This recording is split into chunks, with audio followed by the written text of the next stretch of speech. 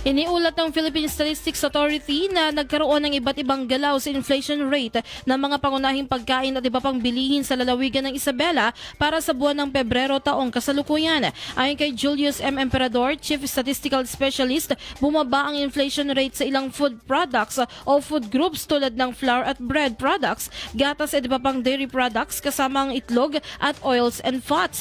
Samantala, bagamat nananatiling negatibo ang inflation rate sa ng bigas at mais, mas bumagal na ang pagbaba nito mula sa 21.1% noong Enero, umangat sa 13.9% ang inflation rate ng bigas nitong Pebrero. Sa kabilang banda, tumaas naman ang inflation rate sa ilang pagkain, kabilang ang ready-made food at iba pang food products, pati na rin sa isda at iba pang seafood, prutas at mani, gulay at mga tubers.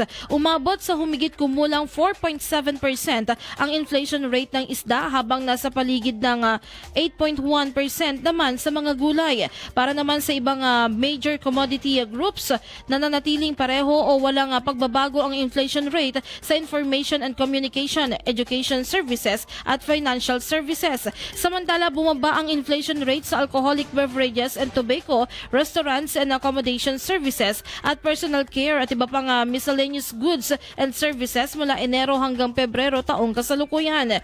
Sa tala ng PSA, kabilang sa nangungunang nag-ambag sa inflation ngayong Pebrero ang bigas, pork, kamatis, gasolina at liquefied petroleum gas o LPG. Patuloy namang minomonitor ng PSA ang galaw ng presyo ng mga bilihin upang matukoy ang mga pangunahing dahilan ng pagtaas at pagbaba ng inflation sa rehiyon. IFM News.